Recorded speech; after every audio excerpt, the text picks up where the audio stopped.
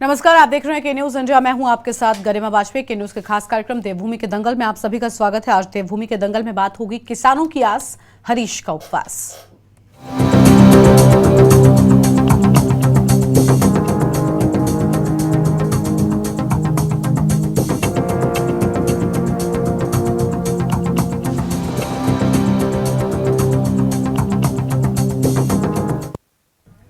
देहरादून में कल होने वाली ग्लोबल इन्वेस्टर समिट से पहले राज्य में किसानों के मुद्दे पर सियासत गर्मा गई है। दरअसल पूर्व मुख्यमंत्री हरीश रावत ने आपदा प्रभावित किसानों को उचित मुआवजा दिए जाने और गन्ना मूल्य राशि बढ़ाने की मांग को लेकर महात्मा गांधी की प्रतिमा के पास उपवास रखा। हरीश रावत का आरोप है कि बीजेपी के सत्ता में आने के बाद हर वर्ग परेशान है। जवानों और किसानों की स्थिति सरकार और खराब कर रही है। हरीश रावत ने सरकार पर किसानों की उपेक्षा करने का आरोप लगाते हुए जल्द ही किसानों की मांग पूरा करने की बात कही है। और भाजपा ने हरीश रावत के उपवास को नौटंकी करार देते हुए इन्वेस्टर समिट के कार्यक्रम को खराब करने की एक साजिश करार दिया है।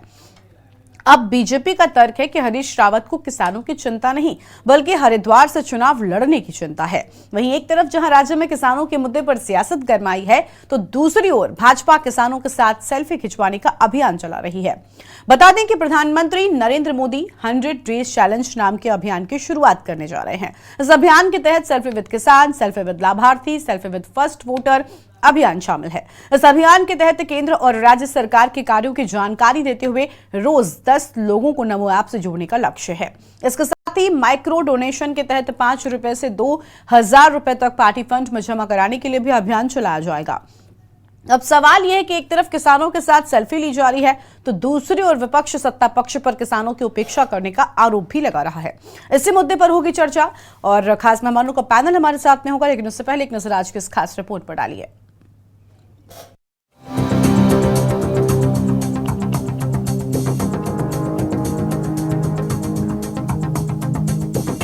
देवभूमि उत्तराखंड में किसानों के मुद्दे पर सियासत गर्मा गई है। दरअसल पूर्व मुख्यमंत्री हरीश रावत ने आपदा प्रभावित किसानों को उचित मुआवजा दिए जाने और गन्ना मूल्य राशि बढ़ाने की मांग को लेकर महात्मा गांधी की प्रतिमा के पास उपवास रखा। हरीश रावत ने सरकार पर किसानों की उपेक्षा का आरोप लगाते हुए जल्द किसानों की मांग को पूरा करने की मांग की है। ऐसा न होने पर उग्र आंदोलन की चेतावनी भी दी गई है। वहीं भाजपा ने हरीश रावत के उपवास को नौटंकी करार देते हुए इन्वेस्टर समिट के कार्यक्रम को खराब करने की एक साजिश करार दिया है। इसके साथ ही बीजेपी का तर्क है कि हरीश रावत को किसानों की चिंता नहीं बल्कि हरिद्वार से चुनाव लड़ने की चिंता है। किसान का जो अपमान करेगा भगवान का अपमान करेगा। यदि भाजपा भगवान का अपमान करना चाहती है तो मैं कैसे रोक लूंगा। हम तो अपना कर्तव्य पूरा करें। हमारा कर्तव्य है कि हम कोई कष्ट है, कोई समस्या है तो उसको उठाएं। और ये समस्या है, ज्वलंत समस्या है और देश के लिए जरूरी है। उत्तराखंड राज्य का एक महत्वपूर्ण इन्वेस्टर समिट हो रहा है। इस इन्वेस्टर समिट में देश और विदेश के तमाम उद्योगपति भाग लेने वाले हैं। देश के प्रधानमंत्री नरेंद्र भाई मोदी जी का संबोधन होना है, उसका उद्घाटन करेंगे। और हरीश रावत जी जो पूर्व मुख्यमंत्री हैं उत्तराखंड के, आज जो है धरने पर बैठकर नौटंकी कर रहे हैं। वो सिर्फ मीडिया अटेंशन चाहते हैं।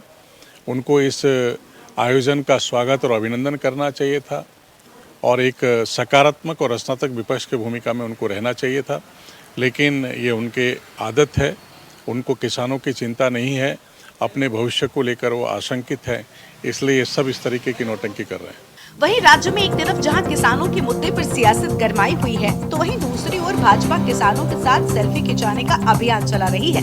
बता दें कि प्रधानमंत्री नरेंद्र मोदी 100 डेज चैलेंज नामक अभियान शुरू करने जा रहे हैं। इस अभियान के तहत सेल्फी विद किसान, सेल्फी विद लाभार्थी, सेल्फी विद फर्स्ट वोटर अभियान शामिल है। इस अभियान के तहत केंद्र और राज्य सरकार के कार्यों की जानकारी देते हुए रोज 10 लोगों को नमो ऐप से जोड़ने का लक्ष्य है। इसके साथ ही माइक्रो डोनेशन के तहत 5 रुपए से 2 रुपए तक पार्टी फंड में जमा कराने के लिए भी अभियान चलाया जाएगा। वहीं कांग्रेस ने भाजपा के इस अभियान पर तंज कसा है। जितने भी लाभार्थी हैं, भारत सरकार की विभिन्न योजनाओं का, राज्य सरकार की विभिन्न योजनाओं का लाभ जिन जिन लाभार्थियों के द्वारा लिया गया है, उनके साथ में सेल्फी खिंचवाने का और उस सेल्फी को नमो ऐप पर अपलोड करने का कार्यक्रम है। सेल्फी विद लाभार्थी तो महिला मोर्चा को हमने इस कार्यक्रम की जिम्मेदारी दी है। महिला मोर्चा कार्यकर्ता पदाधिकारी सभी लाभार्थियों के साथ फोटो खींच के इसको अपलोड करेंगे। इसी के साथ में सेल्फी विद फर्स्ट वोटर, जो नवीन मतदाता हमारे बने हैं, जो पहली बार वोट देंगे, उनका काम युवा मोर्चा को हमने सौंपा है। देखिए, उद्देश्य तो एक व्यापारी की तरह है। चाणक्य जी ने कहा, जिस देश का राजा व्यापारी होगा उस देश की प्रजा भिखारी होगी। लगभग उसी ओर को जा रहे हैं। रुपया लगातार कमज़ोर हो रहा है, डॉलर महंगा हो रहा है। अग्निवीर योजना से लेके तमाम 700 किसान इसी सरकार में आंदोलन में मरे हैं और वो किसानों के संग सेल्फी खिंचाने की बात कर रहे हैं। इससे आश्चर्य क्या होगा, वो देश की जनता को देख रहे हैं कि ये मेरी बातों पर आ रहे नहीं आ रहे। थाली बजा के, शंख बजा के, घंटे बजा के जिस आदमी ने कोरोना भगाने की कोशिश की, आदमी आज भी उसी को पूज रहा है। विश्व मजाक उड़ा रहा है कि भारत में कोरोना में जहां लाखों लोग मर गए कोरोना में, कोई शायद ऐसा होगा जिसका परिचित न मरा हो, लेकिन उस देश का नागरिक आज भी थाली, शंख बजाकर, घंटा, घड़ियाल बजाकर कोरोना को भगाने की बात करने वाले प्रधानमंत्री को पूछता हो, वहां देश की चिंता होना स्वाभाविक है। कुल मिलाकर राज्य में होने वाली लोकसभा चुनाव और इन्वेस्टर समिट से पहले किसानों के मुद्दे पर सियासत गर्मा गई है। हरीश रावत लगातार किसानों के मुद्दे पर सरकार को घेर रहे हैं और लगातार आपदा प्रभावित किसानों को उचित मुआवजा दिए जाने और गन्ना मूल्य राशि बढ़ाने की मांग को लेकर आंदोलन भी कर रहे हैं। ऐसे में सवाल यह है कि आखिर क्यों सरकार किसानों की मांग को पूरा नहीं कर रही है? क्या किसानों के साथ सेल्फी लेने से किसानों की समस्या दूर हो जाएगी? स्पेशल डेस्क के न्यूज इंडिया। और देवभूमि के दंगल में आज इसी मुद्दे को लेकर करेंगे विस्तार से बातचीत। खास मेहमानों का पैनल हमारे साथ में है, इनसे आपका परिचय कराते हैं। हमारे साथ में नवीन पिरशाली साहब जुड़ चुके हैं, प्रदेश प्रवक्ता हैं भारतीय जनता पार्टी की ओर से। उमा सिसोदिया जी हैं, वरिष्ठ नेता हैं आम आदमी पार्टी की ओर से। और शांति प्रसाद भट्ट जी हमारे साथ में हैं, यूकेडी के नेता हैं। सुभाष झा जी हमारे साथ में जुड़ चुके हैं, वरिष्ठ पत्रकार हैं। नवीन पिरशाली साहब के साथ में अपनी चर्चा की शुरुआत करते हैं। नवीन जी, ठीक है, कई सारे अभियान बीजेपी चलाती है, कभी दिए भी जलवाती है, कभी थाली बजवाती है, लेकिन क्या सेल्फी लेने से किसी के साथ उसकी समस्याएं कम होती हैं? देखिए, सरकार का काम है जनता के साथ जुड़े रहना, और हमारी सरकार जनता की सरकार है, तो इससे जनता के साथ जुड़ी रहती है। अब विषय है हरीश रावत जी का उपवास। मैं ये कहना चाहूंगा कि 100 चूहे खाकर बिल्ली हज को चली। आप देख सकते हैं 1975 में जब 20 सूत्री कार्यक्रम आया था। आप हरीश रावत पर जवाब पहले देने लग गए। मैंने आपसे सवाल किया कि क्या सेल्फी लेने से समस्याएं कम होती हैं? हरीश रावत पर बात कर लेंगे, नहीं पहले अपने अभियान पर बात करिए ना आप। कि सरकार का काम होता है जनता से जुड़ा रहना, और हमारी सरकार जनता से जुड़ी रहती है, इसलिए ये अभियान समय समय पर चलाए जाते हैं। उसी के तहत हमारा ये अभियान भी है, और उनकी समस्या सुनने का एक मौका भी होता है कि जनता क्या कह रही है, उसको सरकार तक सीधे बातचीत पहुंचती है संगठन के जरिए, और उस काम को हम करते हैं। इसलिए हमारा आधार इतना मजबूत है कि हम जनता और सरकार के बीच में संगठन एक ऐसा पुल का काम कर रहा है, जो हर समस्या को सरकार तक पहुंचाता है, सरकार उसका समाधान करती है। अगर आप सरकार की बात करेंगे, किसानों की समस्या की बात करेंगे, तो अगर भारतीय जनता पार्टी की केंद्र सरकार की मैं बात करूं तो किसान सम्मान निधि की हमने शुरू की। किसान कृषि प्रधानमंत्री कृषि जो सिंचाई योजना है, यह भारतीय जनता पार्टी की सरकार ने शुरू की है। और मृदा योजना अगर आप करें, मृदा स्वास्थ्य कार्ड भारतीय जनता पार्टी की सरकार ने चलाई, और किसान क्रेडिट कार्ड समेत कई योजनाएं सरकार ने चलाई है, जिससे किसानों का उत्थान हो सकता है। अब मैं फिर उसी बात पर आऊंगा जो समस्या मेन है। और आप सवाल पूछ लेंगे तो सही है, नहीं तो मुझे अपना बताना पड़ेगा, क्योंकि मैंने आपके इंट्रो में हरीश रावत जी का बयान पढ़ा है, इसलिए मैं उस पर अपनी सफाई अपनी सरकार की तरफ से देना चाहता हूं, अपने संगठन की तरफ से देना चाहता हूं। कि मैं ये कह रहा था कि 1975 में जब 20 सूत्री कार्यक्रम शुरू हुआ था, उसी वक्त हरीश रावत जी का भी उदय राजनीति में हुआ था। तब से लेकर अब तक उनको किसानों की कभी सुध याद नहीं आई। चाहे उत्तर प्रदेश का हिस्सा हम होते थे, चाहे चंद्रभान जी से एनडी तिवारी तक जी की बात की जाए, या फिर मुलायम सिंह जी की बात की जाए, तो उसके बाद ही उत्तराखंड हमें मिला। तो विरासत में बहुत समस्याएं हमें मिली, और उसके बाद भी एनडी तिवारी जी के समय में बहुत गड़बड़ियां हुई। उसको ठीक करने का काम हरीश रावत जी कर सकते थे, उनको भी जनता ने मौका दिया मुख्यमंत्री बनने का, लेकिन तब तो चूहे खाने में मस्त थे। और अब जब हज जाने का पासपोर्ट उनको मिल चुका तो हज कर रहे हैं। तो इसलिए मैं कह रहा हूं कि 100 चूहे खाकर बिल्ली हज को चली। ये एक इतना बड़ा ग्लोबल समिट पहली बार उत्तराखंड में इस लेवल पर हो रहा है, और हमें उम्मीद है उस समिट से उत्तराखंड के सर्वांगीण विकास में उसमें खलल डालने का काम हरीश रावत जी कर रहे हैं, और अपनी बूढ़ी हो चुकी राजनीति को फिर से धार देने की कोशिश कर रहे हैं। लेकिन जनता सब समझती है, ऐसे नेताओं को नकार दिया जाता है जो विकास में बाधा बनते हैं। ठीक है, लेकिन एक बात यह भी ना कि अभी आपने एक कहावत कही हरीश रावत को लेकर कि 900 चूहे खाकर बिल्ली हज को चली। कहावत तो एक आप पर भी सूट होती है कि हम करें तो सब ठीक और बाकी करें तो कुछ और, है ना, ये गलत चीज हो जाती है कई बार। बिल्कुल मुझे नहीं, लगता है कि बिल्कुल नहीं। जैसे आपने कहा ना ऐसा- कि हम जनता ऐसा से बिल्कुल- जुड़ने के लिए सेल्फी वाले अभियान चला रहे हैं, ठीक है, इस तरीके के अभियान से आप जनता से कनेक्ट करते हैं, जनता आपके साथ कनेक्ट करती है, लेकिन ये अभियान सोशल मीडिया पर तो खूब अच्छे से चल जाते हैं, लेकिन असल में जब धरातल पर आप जाएंगे ना तो किसान की समस्याओं को इससे रत्ती भर भी फर्क नहीं पड़ेगा। आपको लग रहा है कि उसके साथ एक सेल्फी ले लेने से क्या उसका कोई भी भला होने नहीं। वाला है। तो वहां पर जब आप गरिमा जी, देखेंगे ना तो ये सोशल मीडिया के लिए ये ठीक है, ये ठीक है आपका अभियान, नहीं, आप वहां पर ट्रेंड ये कर बिल्कुल नहीं जाएंगे, है। लेकिन ये- अगर मकसद आपका समस्याएं दूर करना या कनेक्ट कर पाना है तो मुझे लगता है ये किसान के लिहाज से तो नहीं ठीक हो सकता। किसी स्टूडेंट के लिए नहीं, आपने गरिमा जी, चलाया बिल्कुल- होता तो बेहतर होता। बिल्कुल नहीं। भारतीय ठीक है। जनता पार्टी की हर योजना धरातल पर होती है, धरातल पर उतारी जाती है, क्योंकि हमारा संगठन, अगर आप कांग्रेस या अन्य दलों की बात करते हैं तो शायद उनके पास इतना बड़ा संगठन नहीं है कि पूरे देश में फैल जाए, लेकिन भारतीय जनता पार्टी का संगठन 15 प्रमुखों तक है और वो सीधे उस व्यक्ति तक पहुंचते हैं जो आवश्यक होता है, उसका फीडबैक ठीक है। आता है, वो डेटा एनालिसिस करके, विश्लेषण करके तब हमारी सरकारें योजना भी निकालती है। तो कह सकते हैं कि भारतीय जनता पार्टी की सरकार जो कह रही है वो धरातल पर उसको मूर्त रूप देने के लिए करती है और हमारे ठीक है। जनता से सीधा जुड़ाव होता है, यही एक जनाधार का बड़ा कारण है। ठीक है, ठीक है, ठीक है। शांति प्रसाद जी के पास में जाएंगे। शांति प्रसाद जी, हरीश रावत अगर किसानों की मांग को लेकर धरने पर बैठ रहे हैं तो उनकी राजनीति को नौटंकी करार दे दिया जाता है कई बार, जैसे अभी भी नवीन जी ने कहा कि भाई 900 चूहे खाकर बिल्ली हज को चली, यानी अब होश आया है हरीश रावत को। लेकिन दूसरी ओर बात यह कि आप सीधे तौर पर इसे G20 की खींच बता रहे हैं, जो माफ कीजिएगा जो इन्वेस्टर समिट है उसकी खींच बता रहे हैं, और दूसरा ये कि अगर वो करे तो ठीक और कांग्रेस करे तो दिक्कत, ये कैसे सही है? कांग्रेस अगर वही चीज किसानों का मुद्दा उठाकर सवाल पूछ रही है तो वो गलत कैसे हो सकती है, और ये सेल्फी खींचकर भी किसानों का भला कर रहे हैं? देखिए गरिमा जी, डिबेट का जो सार आपने लिखा है कि किसानों पे, जवानों पर, सेल्फी पर बवाल, हम ऐसे नहीं कहते कि दोनों राष्ट्रीय पार्टियां राजनीतिक आकंठ भ्रष्ट और बेईमान पार्टी है। और जो बात हम पिछले करीबन 15 दिन से कह रहे हैं कि ये इन्वेस्टर समिट दिखाने के लिए कुछ और है, इसके पीछे लोकसभा की तैयारी है, और आज साबित हो गया। हाँ। ये मैं नहीं कह रहा हूं, भारतीय जनता पार्टी के प्रवक्ता ने कहा कि हरीश रावत जी राजनीति कर रहे हैं। मोदी जी क्या करेंगे कल आके? अब मैं उद्घाटन दूसरी करेंगे। बात ये कहता हूं, हरीश रावत जी का ये जो गांधीवादी विचारधारा की तरह उपवास है किसानों को लेकर, मैं पूछना चाहता हूं, आप मुख्यमंत्री थे, आपने किसानों को कितना समर्थन मूल्य दिलवाया कभी, और कितना आपदा में किसानों के लिए आगे बढ़ चढ़कर काम किया? ये भी 4 महीने पहले चुनाव की तैयारी में अभी से लग गए, और वो भी गांधी की मूर्ति के नीचे। इनके चरित्र में गांधी है?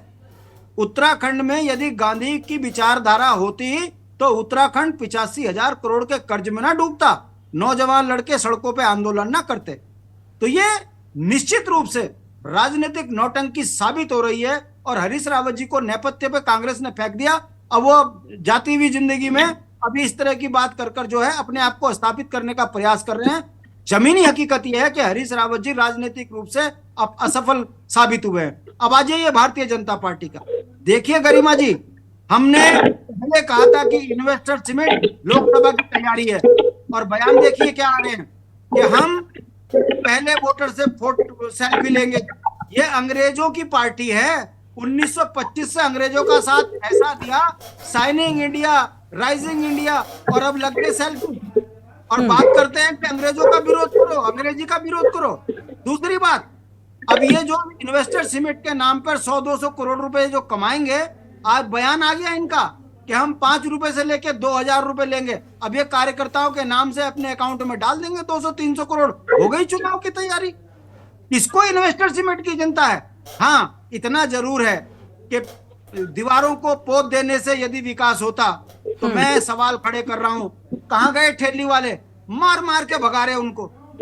कहां गए वो जिनके तारे लगी हुई थी, ऑपरेटर जो टीवी चलाते हैं आजकल, नेट केबल वाले, सारे उखाड़ के बाहर फेंक दिए। ठेली वाले भगा दिए, जिन्होंने कब्जे करे हुए थे वो सारे हटा दिए। और कहां के? कह रहे हैं कि जिस रोड से तमाम विदेशी मेहमान आएंगे उस रोड के इर्द गिर्द कहीं कुछ भी नहीं दिखना चाहिए। ये विकास है। उत्तराखंड का ये दुर्भाग्य है गरिमा कि अगर किसी पहाड़ी को विकास दिखाना है तो उसका डांस करवाना शुरू कर देते हैं, उत्सव। और अगर विकास ना, किसी पार्टी पे सवाल खड़ा करो तो दीवार पोतना शुरू कर देते हैं कि देखिए कितनी सुंदर दीवार है। इससे उत्तराखंड का विकास होगा। अगर वाकई ही इन्वेस्टर समिट की बात कर भाजपा कर रही है, मैं राजनीति छोड़ दूंगा, ये जाए ना बेरोजगार संघ को खत्म करें, बॉबी पवार को बैठाएं और उसके गले में माला डालें, कहें कि उत्तराखंड के तमाम बेरोजगारों को हम इसमें रोजगार देंगे। मुझे लगता है कि वाकई सरकार चिंता, अरे उत्तराखंड के मूल निवासियों पे तो पड़ रहे लट और यहाँ पर विदेशियों को बुला रहे। और ये जो ऑल वेदर का काम, सॉरी, ये जो इन्वेस्टर समिट में दीवार पोतने वाले हैं, कौन है? ये तमाम वो लोग हैं जिनके नाम पर ये उत्तराखंड के जनता को भ्रमित करते हैं। उन अल्पसंख्यकों के बदौलत तो इनकी राजनीति जम रही, सड़क वो बना रहे, सारे काम तो वही कर रहे। और उसके बाद हम पूछना चाहते, मैं बात खत्म कर रहा हूं, मैं पूछना चाहता हूं गरिमा जी, अगर वाकई ही इन्वेस्टर समिट की बात हो रही, वाकई किसानों की बात हो रही, तो भाजपा बताए ना ये 5 रुपए और 2000 रुपए की बात कहां से आई और अभी क्यों आई? मोदी जी का यहाँ आना और चंदा इकट्ठा करना, ये भाजपा का लक्ष्य है कि इन्वेस्टर समिट के माध्यम से 2.5 से 3 लाख करोड़ रुपए इकट्ठा करना, यहाँ पर इन्वेस्ट कराना है। ना तो 2.5 लाख करोड़ इन्वेस्ट होगा, क्योंकि इनके बयान 2 लाख से शुरू हुए 3 लाख पे आके अटक गए। जमीन में हकीकत यह है कि जितने अधिकारी इस समय पर काम कर रहे हैं, सब हाथ जोड़ जोड़ कर कह रहे भैया 2 दिन किसी तरह से निकाल दीजिए, फिर आप पुनः कब्जा कर लेना, पुनः रेडिया लगा लेना, और बस ये सड़क गंदी ना हो, हमारी नौकरी बचा लीजिए, वरना तानाशाही हमारी जान ले लेगा। इसलिए रात और दिन सड़क काली करने पर लगे हुए, सफेद करने पर लगे हुए। ये विकास, जो छदम विकास उत्तराखंड की जनता को दिखाया जा रहा है, हम ऐसे विकास को सिरे से खारिज करते हैं। और हम पुनः कहते हैं कि भारतीय जनता पार्टी और कांग्रेस ये लोकसभा की तैयारी में बैठकर जो धरना प्रदर्शन की नाटंकी कर रहे हैं, हरीश रावत को चिंता है कि हरिद्वार का टिकट मुझे मिल जाए और मैं किसानों का हितैषी बन जाऊं, और भाजपा को लगता है, यानी आपने एक तीर से 2 निशाने लगाए, कांग्रेस को भी नहीं छोड़ा और बीजेपी को भी नहीं बख्शा है। ठीक है, सत्य है, चंदा इकट्ठा करने वाली पार्टी है भाजपा। 500 रुपए 2000 रुपए बोलकर और सेल्फी युवा बोलकर इन्होंने साबित कर दिया इनको इन्वेस्टर से नहीं, लोकसभा चुनाव की तैयारी है। और दोनों राष्ट्रीय पार्टियां राजनीतिक बेईमान है उत्तराखंड में।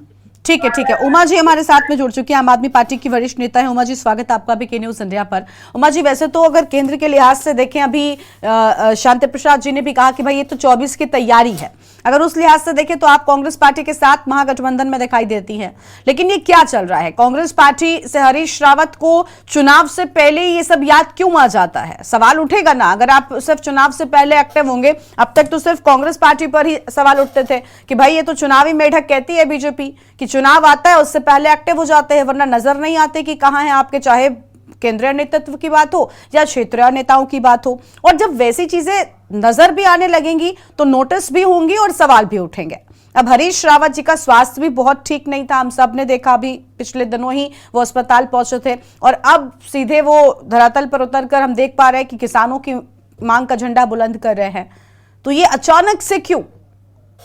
देखिए गरिमा जी, हरीश रावत उत्तराखंड के एक बड़े नेता हैं, कद्दावर नेता हैं, और जितनी हमारी उम्र है उससे ज्यादा शायद उनको राजनीतिक उम्र उनकी हो चुकी है, और वो लगातार मुद्दों पर मुखर रहे हैं पिछले। अब उनके ऊपर ये आरोप लगाया जा सकता है कि वो अपनी राजनीति बचाने के लिए कर रहे हैं या अपनी पार्टी में अपने कद को बढ़ाने के लिए सब काम कर रहे हैं। लेकिन एक नेता, विपक्ष के एक नेता के जो धर्म होने चाहिए, हरीश रावत जी उन्हीं धर्मों को निभा रहे हैं। अगर हरीश रावत जी या कोई भी विपक्ष का नेता अपने घर पर बैठे है तो आप कहेंगे कि विपक्ष सड़कों पर नहीं उतर रहा है, विपक्ष विरोध नहीं कर रहा है। और अगर अब विपक्ष विरोध की राजनीति कर रहा है, गलत चीजों पर आवाज मुखर कर रहा है जनता की, तो उनको करने दीजिए। ये लोकतंत्र की खूबसूरती है कि अगर सरकार का कोई काम विपक्ष को समझ नहीं आता, ठीक नहीं लगता, तो विपक्ष के नेताओं को उनके खिलाफ बोलना चाहिए। ये एक स्वस्थ लोकतंत्र के लिए एक अच्छा विपक्ष होना बहुत जरूरी है। अदरवाइज जो सत्ता पक्ष है वो कहीं ना कहीं हिटलर शाही की तरफ चला जाएगा। और जैसा कि इस देश में हम लगातार बहुत सारे डिबेट्स में हम इस बात को बोलते भी हैं कि धीरे धीरे जो हमारे जो सत्ता पक्ष है उनका जो तानाशाही पूर्ण रवैया है वो विपक्षी पार्टियों पर तो नजर आता ही आता है, अब अपने नेताओं पर भी नजर आने लगा है। और धीरे धीरे एक तानाशाही की तरफ बढ़ता हुआ लोकतंत्र, मैं समझती हूँ कि हिंदुस्तान के लिए बड़े खतरे की घंटी है, जिसको बचाने के लिए विपक्ष को भी मजबूत होना पड़ेगा और सत्ता पक्ष तो मजबूत है ही। रही बात, अभी जब हम लोग सेल्फी के बारे में बात कर रहे हैं, तो माननीय प्रधानमंत्री मोदी जी जब सत्ता में आए थे पहली बार, तो उन्होंने कहा था सेल्फी विद डॉटर। कि मैं लड़कियों के साथ, अपनी बेटियों के साथ आप सेल्फी खींचिए। उन्होंने एक नारा भी दिया, बेटी बचाओ और बेटी पढ़ाओ। मैं सिर्फ इतना जानना चाहती हूँ कि सेल्फी विद डॉटर के उन सेल्फियों से क्या कोई आंकड़ा है बीजेपी के पास कि कितनी बेटियों को आप लोगों ने बचाया, कितनी बेटियों की आप लोगों ने लाइफ सुधारी है? क्या हमारे देश में क्या रेप के केसेस कम हो गए हैं? क्या महिलाएं सुरक्षित होकर सड़कों पर घूमने लगी हैं? बहुत सारे प्रश्न हैं, बहुत सारे प्रश्न हैं। वो प्रश्न सेल्फी खींच लेने से खत्म नहीं हो जाएंगे। विपक्ष प्रश्न पूछेगा, ठीक है, सेल्फी विद डॉटर खींचना या सेल्फी विद किसानों के साथ लेना या सेल्फी जो सैनिकों के साथ लेना, ये सोशल मीडिया का बेहतरीन इवेंट हो सकता है कि सभी कार्यकर्ताओं को आप एक काम दे दीजिए कि ठीक है, आपके क्षेत्र में जो जो आर्मी वाले हैं या जो जो दूसरे किसान हैं उनके साथ फोटो खींचिए और अपलोड कीजिए। ये कार्यकर्ताओं को एंगेज रखने के लिए एक अच्छी रणनीति बीजेपी की हो सकती है, लेकिन क्या इस रणनीति से वाकई पे धरातल पर महिलाओं की स्थिति, किसानों की स्थिति, सैनिकों की स्थिति सुधर जाएगी? हमने 1 साल से ज्यादा किसान आंदोलन को दिल्ली में देखा है और हमने बीजेपी के उन सभी नेताओं के बयान भी आज तक अच्छी तरीके से याद है जब किसानों को खालिस्तान समर्थक भी उन्होंने साबित करने की कोशिश की, कहीं ना कहीं उनका हमारे किसानों का कनेक्शन वहां से जोड़ने की कोशिश की। सिख धर्म के जो लोग वहां पर थे उनको कहीं ना कहीं डिमोरलाइज करने की कोशिश की और एक सामाजिक वैमनस्य फैलाने की कोशिश भी बीजेपी के कार्यकर्ताओं ने, नेताओं ने की और प्रधानमंत्री मोदी जी उसको रोकने में नाकामयाब रहे। कोई एक बयान उनका इस तरह का नहीं आया उस दौरान कि जब उन्होंने अपने नेताओं के अनर्गल बयानों पर उनको कहा हो कि ये सब बोलना बंद कीजिए। लेकिन हम लोगों ने देखा है कि किस तरीके से किसानों को किसान आंदोलन के समय देश में किस तरह का माहौल बनाने की कोशिश की एक धर्म विशेष के खिलाफ, जो कि हम लोग ही थे, हमारे अपने ही लोग वहां पर बैठे हुए थे, हमारे अपने ही किसान वहां पर बैठे हुए थे। अब 2024 में कहीं ना कहीं मोदी जी को ये महसूस होता है कि एक वर्ग जो उनसे नाराज है। ठीक है, मैं मानती हूँ मोदी जी ने 3 काले कानूनों को वापस लिया। उन्होंने देश से कहा कि मैं अपनी बात को समझा नहीं पाया, किसान भाइयों को नहीं समझा पाया, मैं उसके लिए माफी मांगता हूँ और मैं अपने ये आंदोलन अपने 3 कानून में वापस लेता हूँ। प्रधानमंत्री मोदी जी ने बड़े खुले मन से पूरे देश के सामने ये बात कही कि उन्होंने इस बात को माना कि गलत था, लेकिन कहीं ना कहीं उनको इस बात का डर जरूर है कि किसान उनसे नाराज हैं और वाकई में किसान उनसे नाराज हैं।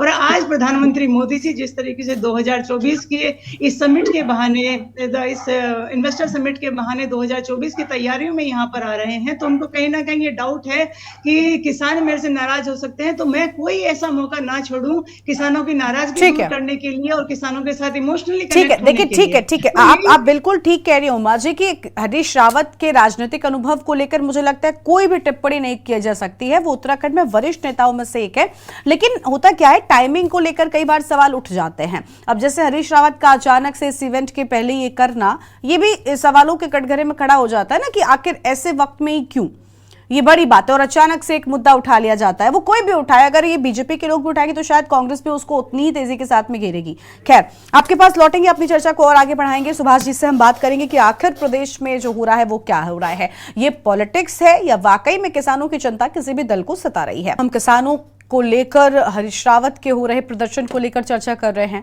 एक तरफ बीजेपी इसको लेकर कई सारे सवाल खड़े कर रही है और उनके इस प्रदर्शन को नौटंकी करार दे रही है। इस पर विस्तार से बातचीत करेंगे। खास मेहमानों का पैनल हमारे साथ में लगातार बना हुआ है। लखपत बुटोला साहब अभी अभी हमारे साथ में जुड़ चुके हैं, प्रदेश प्रवक्ता है कांग्रेस पार्टी की ओर से। आपका भी स्वागत सर। कांग्रेस पार्टी अगर कुछ करे तो ठीक है, कांग्रेस पार्टी ठीक है, मतलब एक सवाल ये भी उठता है ना कि सर कोई भी इवेंट हो रहा है या चुनाव हो रहा है उससे ठीक पहले कांग्रेस पार्टी ऐसा लगता है नींद से जाग जाती है।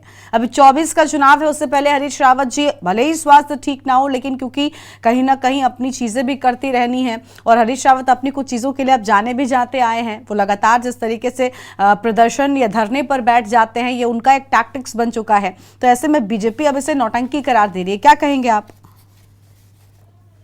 देखिए, एक चीज आप कह रहे हैं कि चुनाव आने से पहले, इवेंट पहले होने से पहले हरीश रावत जी धरने में बैठे।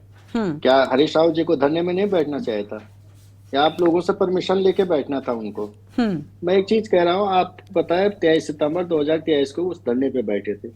उससे पहले वो जून में बैठे, जुलाई में बैठे, अगस्त में बैठे। उसके बाद जो एरो सिटी देहरादून के अंदर जिसकी बात हो, उसके अंदर वो धरने में बैठे। जब किसानों के लिए आपने देखो, तमाम जब बाढ़ आ गई थी हरिद्वार के अंदर, पूरा हैदराबाद से लेकर पूरे किसानों के घरों के अंदर पानी भर, उनकी फसलें चौपट हो गई थी। वो ट्रैक्टरों पे जाके, पैदल जा करके, आपको तो इनके इंतजाम को सलाम करना चाहिए कि इस उम्र में भी लोग जनता के लोगों के लिए लड़ रहे, लोगों के बीच जाके लड़। लोग एक चुनाव हारने के बाद घर बैठ जाते हैं, लोग जनता को कोसने लगते हैं। लोकतंत्र की खूबी है। हरीश रावत जी एक राजनीति का और बड़ा अध्याय है जिनसे सीखने की जरूरत है, चाहे वो पक्ष हो विपक्ष हो। अब कहने को जिन लोगों ने कभी प्रधान का चुनाव नहीं लड़ा वो कुछ भी कह दे, उससे लेना देना नहीं है। लेकिन लोकतंत्र में जीत हार अपनी जगह है, लेकिन लोगों के जो आम जनमानस के मुद्दे, चाहे बेरोजगारी हो, भ्रष्टाचार हो, किसानों का मुद्दा हो, चाहे वो किसी का मुद्दा हो, जन सरोकारों को लेकर के यदि कोई व्यक्ति उसको लेके और गांधीवाद तरीके से उसका यदि समाधान चाहता है और अपनी सरकार से उसके लिए मांग चाहता है कि भाई ये जो गांधीवादी तरीका उसके अंतर्गत जिन लोगों की समस्या उनको दूर करने का काम किया जाए, उसको लेके बार बार राजनीति से क्यों जोड़ा जाता है? व्यक्ति को क्यों इस तरह के आरोप लगाए जाते हैं कि भाई कल इन्वेस्टमेंट समिट हो जाएगा तो इस तरह उनको नहीं बैठना चाहे, अगर ये बात हो जाती तो उनको नहीं बैठना चाहे। ये जो बातें जो कायदे लगाए जाते मुझे लगता है निहाल थे उनका। मैं उनके व्यक्तित्व को यदि आप देखेंगे और यदि उनके संघर्ष को आप देखोगे तो आपको लगेगा वास्तव में राजनीतिक जीवन में उनका कद क्या है और कितने उस समाज के लिए समर्पित है। वो आज जिंदगी में इतने बड़े एक्सीडेंट होने के बावजूद उनकी जब तबियत खराब नहीं, परसों में उनको मिला था, उनकी तबियत बिल्कुल ठीक नहीं है, उसके बावजूद भी यदि लोगों के लिए वो लड़ रहे हैं, अपनी जान हथेली। जिस दिन उनका एक्सीडेंट हुआ उस दिन भी वो लगातार गढ़वाल के दौरे के बाद वो कुमाऊं दौरे पे जा रहे थे। रात 12:30 बजे उनका एक्सीडेंट हुआ। तो आप समझ सकते हैं कि एक व्यक्ति जो 80 दशक में जाने वाला हो और उसके बावजूद भी वो जनता और लोगों के लिए इतना सक्रिय हो, ऐसे व्यक्ति की जिसकी कोई राजनीतिक ऐसी इच्छा नहीं है कि जिसको लेकर जो पद उन्होंने पाया ना हो और जो लोगों ने उनको आशीर्वाद न दिया हो, लेकिन लोगों के लिए, क्योंकि उन्होंने जो सामाजिक जीवन में पाया है वो समाज को देने के लिए उन्होंने किया। नहीं, नौजवान लोगों को भी और जो उनके साथी लोग जो स्टॉक की बात की उनका अगर उनके 1/4 भी कोई बन जाए तो मैं समझता हूँ कि बहुत जीवन में बहुत नहीं, बिल्कुल मैं आपकी इस बात को स्वीकार कर रही हूँ लखपत जी कि ठीक है, हरीश रावत बहुत अनुभवी नेता है, बहुत वरिष्ठ हैं, नो डाउट। इसको मुझे लगता है कोई भी राजनीतिक दल मानने से ऐसा नहीं है कि सहमत नहीं है। लेकिन दूसरी बात आपने ये कहा ना कि क्या पूछ कर बैठना चाहिए। नहीं सर, बिल्कुल हमसे पूछ कर नहीं बैठना चाहिए, हमें कोई आपत्ति भी नहीं है। आपके जो विरोधी हैं राजनीतिक वो इस चीज को लेकर सवाल उठा रहे हैं। अब क्योंकि आप कांग्रेस पार्टी की ओर से थे, हालांकि पहले से मेहमान थे हमारे पास में सुभाष जी, उनकी प्रतिक्रिया लेनी थी, लेकिन मैंने सोचा कि पहले राजनीतिक दलों की प्रतिक्रिया आ जाए, इसके बाद उनके पास जाऊं। और दूसरी बात आपने कही कि देखिए हरीश रावत जी लगातार ये करते रहते हैं, हरीश रावत जी लगातार ये कहते रहते हैं, अपनी मुद्दे उठाते रहते हैं। अब उन्होंने गांधीवादी पैटर्न पकड़ लिया है कि अब वो धरने पर बैठ जाते हैं। ठीक है, अपनी बात कहने का एक ये भी तरीका है और पॉलिटिक्स में बहुत आम हो चुका है। लेकिन दूसरी बात ये कि हरीश रावत को क्या ये चिंता नहीं है कि प्रदेश में एक बड़ा इवेंट होने जा रहा है?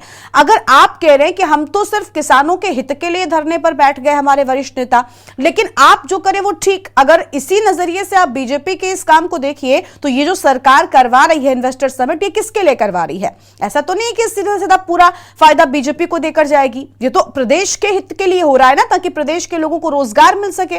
तो हमारे सारे इवेंट्स, हमारे सारे धरने, हमारा सारा विरोध ठीक है, लेकिन जब बीजेपी कुछ करने लग जाए तो ये उनका चुनावी प्लान हो गया, ये चुनावी इवेंट हो गया। तो मीठा मीठा गपगप और कड़वा कड़ा थू थू कैसे चलेगा? सुन तो लीजिए, सवाल भी आप करेंगे, जवाब भी आप देंगे, नहीं चलेगा। नहीं, मैं अब आप ही से सुन रहे हो सर, आप ही से सुन रहे हो। सुनिए, अब मेरी बात सुन लीजिए। आपने कहा ये भाजपा को आप क्यों नहीं पूछते कि 2018 में प्रधानमंत्री जी के नेतृत्व में इस प्रदेश का 10,000 करोड़ रुपया खर्च कर करके इन्वेस्टमेंट समिट कराया गया। तब भी अडानी अंबानी जी आए थे, 1,40,000 करोड़ का अमूल्य साइन किया गया था। आज 7 साल बाद पूछा हूं कि 40 रुपए का कोई भाजपा का प्रवक्ता बैठा होगा डिबेट में, बताया कि 40 रुपया कहाँ पे लगा हुआ। जो भाजपा के माने हमारे बहुत करीब साथी और मित्र बैठे, आज से 10 दिन पहले तक वो भाजपा को गलियाते थे, आज भाजपा के कसीदे करेंगे, बात अलग है। लेकिन मैं ये जरूर कह सकता हूँ, बताएं कि 10 रुपए का इन्वेस्टमेंट कहाँ पे हुआ। और आज भी इस प्रदेश में, सुन लीजिए मैडम जी, कान खोल कर अपने मीडिया को भेज दीजिए। नहीं, मैं सुन रही हूँ, आप बताइए, यहाँ मैं सुनने के लिए आपको बैठी हूँ सर। इस प्रदेश की जनता इस इन्वेस्टमेंट के समिट के नाम पे प्रदेश की जनता की खून पसीने के पैसे को जिस तरह से लोगों के घरों का रंग रोहन से करने से लेकर ठेके में दे करके रात दिन आजकल जो काम किया जा रहा है, और पिछले 7 साल से जो स्थिति देहरादून की बनी जो आजकल किया जा रहा है, मैं ये पूछ रहा हूँ कि उसका हम सवाल नहीं उठा रहे, हम स्वागत करते हैं। लेकिन पिछले अनुभवों से आपने कभी पूछा कि कहाँ पे काम हुआ है? दूसरी बात मैं आपसे कह रहा हूँ, हरीश रावत जी यदि किसानों को मुद्दा प्रधानमंत्री जी के सामने उठाएं, क्या हम प्रधानमंत्री जी हमारे नहीं है? क्या उन्हें चिंता नहीं देश के किसानों की? वो तो कहते हैं 2022 में दोगुनी आय करेंगे, दोगुना किसानों की आय करेंगे। ये ठीक सवाल है। आप किस तरह से पूछ रहे हैं? कोई हम पे प्रतिबंध, प्रधानमंत्री चाहे हम धरना न करें। नहीं सर, मैंने प्रधानमंत्री नहीं क्या कहा, आप प्रधानमंत्री ध्यान से लोग पहले हमसे सुना डरते करिए, हैं? पहले आप लखपत जी ध्यान से सुना करिए। मैंने ये कहा कि एक इवेंट हो रहा है, उसमें देश विदेश के व्यापारी आ रहे हैं, आप पहले ध्यान से सुना करिए उसके बाद। और मुझ पर मत गरजिए सर, क्योंकि आपत्ति मुझे नहीं, आपके राजनीतिक विरोधियों को है। तो इस बात को पहले तो क्लैरिफाई कर लीजिए कि आपको किसके सवालों का जवाब देना है, और सवाल आप उल्टा मुझसे मत करिए। मुझे आपसे सवाल करना है जिसका जवाब देने के लिए आप आज आए हुए हैं, ठीक है? नहीं है, आप क्लियर होते तो आप सवाल नहीं उठाते। मीडिया का काम है प्रश्न नहीं, मैं मीडिया क्यों? का काम अच्छा है अच्छा, सवाल। मतलब आपसे सुन लीजिए, सवाल उठाए तो हम आपको ये गलत हो सिखाने जाते का हैं। नैतिक- आपके हित की सुन बात लीजिए, करें। नैतिकता अभी मैंने नहीं। बीजेपी को लेकर भी हमारे वही हित की चीज बात मत पूछी, कीजिए। मैंने दोनों के आप नजरिए से जनता के सवाल हित की किया। बात सर कीजिए। मुझ पर आप सवाल सुन मत लीजिए। उठाइए, मुझ पर आप सवाल मत जनता के उठाइए, हित की बहुत बात हो गया कीजिए। आप, ठीक आप है? जनता की बातें कहेंगे तो ज्यादा ठीक है। हाँ आप मैं निष्पक्ष जनता होकर की बात कह रही हूँ, मुझे मत पत्रकारिता सिखाइए कीजिए। मुझे किसकी और बात इस करनी है, वक्त मुझे आप बेहतरीन देने तरीके की से कोशिश पता न है, कीजिए। ठीक मैं है? एक बात और कह देता हूं, हरीश रावत जी के अनुभव की बात नहीं है। हाँ। अनुभव तो बहुत नेताओं के पास है, राजनीतिक जीवन बहुत देखा, लेकिन हरीश रावत जी के संघर्ष से सीखने की बात कही मैंने। ठीक है जिस सर, तरह ठीक से है। आज भी उनकी सक्रियता जनता के लिए हाँ कोई ठीक है, एक नेता बिल्कुल बता के बिल्कुल, दिखाए। हर कोई वो मान रहा है सीखने कि की उनकी जरूरत तबीयत है। ठीक और नहीं है, मीडिया का बुटोली ये जी, वो वो सब स्वस्थ समझ नहीं में है, आ रहा है। बावजूद इसके वो धरने पर बैठ रहे हैं, ठीक है सर। अब आपकी पार्टी के पास और लोग आपके पास नहीं है तो क्या किया जाए? हरीश रावत जी को ऐसी स्थिति में भी आना पड़ रहा है, वो आपकी पार्टी की समस्या है, व्यक्तिगत समस्या है, ठीक है? आऊंगी आपके पास, अभी लौटूंगी सर, और मेहमान है उनकी भी राय जाननी है। लखपत जी, एक तो आप पहले ही देरी से आए। सुभाष जी, ये क्या चल रहा है? मतलब कांग्रेस पार्टी से सवाल पूछना भी अब गलत हो गया है। वो बदलते जिन्हें सत्ता का लालच होता है, जिन्हें मलाई खाने का लालच होता है। हरीश रावत जो कांग्रेस में आज ठीक है लखपत जी, हो गया। अब और मेहमानों को आप बोलने देंगे? लखपत जी हो गया सर, हो गया, सुन लीजिएगा। ठीक है। हाँ सुभाष जी, आप कंटिन्यू करिए। लखपत जी प्लीज आप शांत हो जाइए, आऊंगी आपके पास बाद में। पार्टियों के प्रवक्ता की इजाजत हो तो मैं बोल दूं। हाँ बोलिए सर, सुभाष जी कंटिन्यू। हाँ, आप अपना सवाल अब कीजिए। हाँ सर, ये क्या है? मतलब बीजेपी को लेकर अगर सवाल किए जाएं तो ठीक है, मैंने शुरुआत ही बीजेपी से की थी। अब इस पे मैं आता हूँ। जी, पहली बात कि जो सेल्फी खिंचवा रहे हैं, कांग्रेस को पता नहीं राजनीति करने आती है ठीक से कि नहीं, मैं नहीं जानता, क्योंकि देख करके ऐसा ही लगता है। सेल्फी खींचने का एक अभियान कांग्रेस पार्टी को भी करना चाहिए। जिन 700 लोग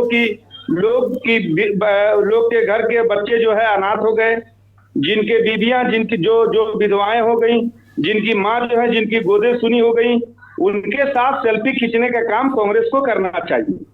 अब कांग्रेस ये करेगी कि नहीं वो कांग्रेस जाने। दूसरी बात, जो ये पहली सरकार है लोकतंत्र की, इतने दिनों में चुल्लू भर पानी में, ये शर्म करने वाली बात है सरकार के लिए। मोदी जी ने बहुत बाद में माफी मांगी और हार करके माफी मांगी, पश्चाताप से माफी नहीं मांगा था किसानों से। इतने बड़े बड़े कील, 9-9 इंची के कील जो है सड़कों पे हलवाया था इस सरकार ने। ये यही सरकार थी, ये यही सरकार थी कि किसानों को खालिस्तानी बता रही थी। ये यही सरकार थी, इनके कार्यकर्ता देशद्रोही और गद्दार बता रहे थे। ये यही सरकार थी जो बता रही थी ब्रिटेन से पैसे आ रहे हैं, बाहर की फंडिंग है। आप समझिए, हमारी पत्रकारिता हमेशा इनकी राजनीति में फंस जाती है। अगर हम इनको कहते हैं, ये कहते हैं कि इस टाइम पे मत बोलिए, तो वो कौन सा टाइम होगा जब लोग अपनी सवाल उठाएंगे? आजकल नेट का जमाना है, ठीक है ना? नेट के जमाने में आप कहीं भी कुछ बोलती हैं तो वो बात दुनिया तक पहुंच जाती है, वो आपको पहुंचाने की जरूरत नहीं है, ठीक है ना? एक बात। दूसरी बात अब रह गई कि जिन्होंने कहा, हमारे यूकेडी के प्रवक्ता ने भी कहा और हमारे परसाली भाई ने भी कहा कि हरीश रावत नौटंकी कर रहे हैं। भाई साहब, मैं हरीश रावत से मेरा कोई लेना देना नहीं, ना मेरा भाजपा से कोई लेना देना है, लेकिन इस बात को मानिए कि ये निर्विवाद सत्य है उत्तराखंड का कि हरीश रावत जी यहाँ के एक कदावर नेता हैं और आपके हाँ कहने और ना कहने से उनके कद कम नहीं हो जाते। पहली बात। दूसरी बात, उनके साथ अगर कोई शब्दों का प्रयोग करें तो इतनी कम से कम ध्यान रखें कि कम से कम वो साहित्यिक भाषा में और बढ़िया भाषा में भी आलोचना कटु से कटु की जा सकती है। तो आप उनके धरना को नौटंकी कहें, ये बात हजम नहीं होता। ठीक है, आप ये कहें कहा उनकी टाइमिंग गलत है। लेकिन सुभाष जी, मैं बिल्कुल आपकी इस बात से माफी के साथ टोक रही हूँ। मेरे एक सवाल सुनते जाइए, उसके बाद पूरा कर लीजिएगा। सुभाष जी पूरा कर लीजिएगा। ये सारी बातें ठीक है, लेकिन इससे बचा जाना चाहिए था। और मैं चूंकि पिरसाली भाई को बड़ा एक गंभीर प्रवक्ता मानता हूँ, बड़ा एक जवाबदेह प्रवक्ता मानता हूँ, अच्छा बोलते हैं, हमारे वो भाई भी अच्छा बोलते हैं। पता नहीं कैसे बोल के वो नौटंकी कर रहे हैं। नौटंकी करने का उन्हें जनता ने जनादेश दिया है कि वो इसी टाइप का नाटक करें और उनको ये नाटक करना चाहिए। यही नाटक वो नहीं कर रहे थे तो उन पे आरोप लग रहे थे कांग्रेस के ऊपर, जो कांग्रेस की धार खत्म हो गई है, कांग्रेस विपक्ष की भूमिका का काम करना बंद कर दी है। एक बात। दूसरी बात, जो हमेशा दूसरों पर सवाल डालना बंद कीजिए। आप याद कीजिए वो दौर भी था जब फेसबुक पर आप भाजपा के खिलाफ कुछ भी बोलिए तो तुरंत जो व्हाट्सएप यूनिवर्सिटी के बच्चे हैं वो आपको देश के द्रोही, गद्दार, अर्बन नक्सली, फलाना ढिमकाना, कांग्रेसी शुरू हो जाते थे बोलने। वो बच्चे अब गायब हो गए, वो बच्चे अब नहीं लेकिन दिखते। सुभाष जी ठीक है, ठीक है, आप ठीक है, आपको लग रहा है, बिल्कुल आपने दो तरीके से बात कह दी। किसानों पर गरिमा जी, हाँ गरिमा जी अब आइए किसानों पर। हाँ, किसानों के प्रति सच्ची श्रद्धांजलि होती कि आप बीज के दाम कम करते, किसानों के प्रति सच्ची श्रद्धांजलि होती कि आप खाद के दाम कम करते, किसानों के प्रति सच्ची श्रद्धांजलि होती कि आप जीएसटी से ट्रैक्टर को हटाते, किसानों के प्रति सच्ची श्रद्धांजलि। सर लेकिन ये सवाल कांग्रेस उठा रही है, जिसके ऐसा तो नहीं कि उसके राज्य में किसानों के लिए राम राज्य सी स्थिति रही है। बात तो ये ना कि कौन बोल रहा है, स्थिति नहीं रही। मैं पहले ही कह रहा हूँ, आपकी बात सही है। हाँ। लेकिन अभी सरकार है तो सवाल इन्हीं से होगा। सेल्फी विथ द सेल्फी जो था, आप याद करिए, उन्होंने कहा है, अभी आपकी प्रवक्ता ने वो ठीक बोल रही थी, उन्होंने कहा कि बच्चियों के साथ जो बेटी बचाओ और बेटी बचाओ में सबसे ज्यादा बलात्कार इसी 9 साल में हुए। और ये भी पहली घटना है कि एक केंद्रीय स्तर का मंत्री, खेल मंत्री और खेल की मेडल जीत के लाई लड़कियों को 3 महीना बैठना पड़ा एक FIR के लिए। ठीक है, यही सरकार है। और लेकिन नहीं लगता कि समिट के लिए कम से कम प्रदेश हित में जो काम हो रहा है उसके लिए थोड़ा सा सहयोग देना चाहिए?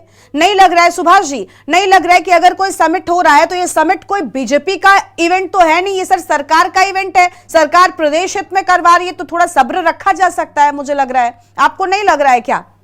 ये सही टाइम है, रणनीति के हिसाब से कांग्रेस के लिए ये सही टाइम था। तो फिर उसको राजनीति कहिए ना, आपने भी कहा ना कि राजनीति के लिए बिल्कुल परफेक्ट टाइम है, आपने ठीक कहा। अगर सारे लोगों ने एक सेकंड गरिमा जी, ये बात को खत्म करने दीजिए, आप सबको बोलने दिए। हाँ नहीं, मैं बोलने दूंगी आपको। त्रिवेंद्र सिंह रावत के समय में किसी ने धरना नहीं किया था। 1.5 लाख करोड़ के MOU साइन हुए, खबरें चली, 1.5 रुपए भी आए क्या? तो आज धरना करने से हरित रावत के पैसे कम हो जाएंगे, MOU करके वो लोग भाग जाएंगे? ये बच्चों जैसी बातें हैं, ये लोग जो कर रहे हैं अपरिपक्व बात कर रहे हैं, ये परिपक्व बातें नहीं हो रही हैं, ठीक है ना।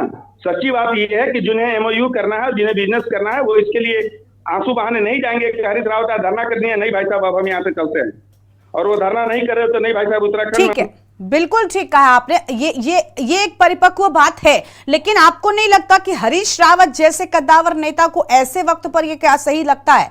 क्या उनके इस कदम पर सवाल से ज्यादा उनकी इस टाइमिंग पर है?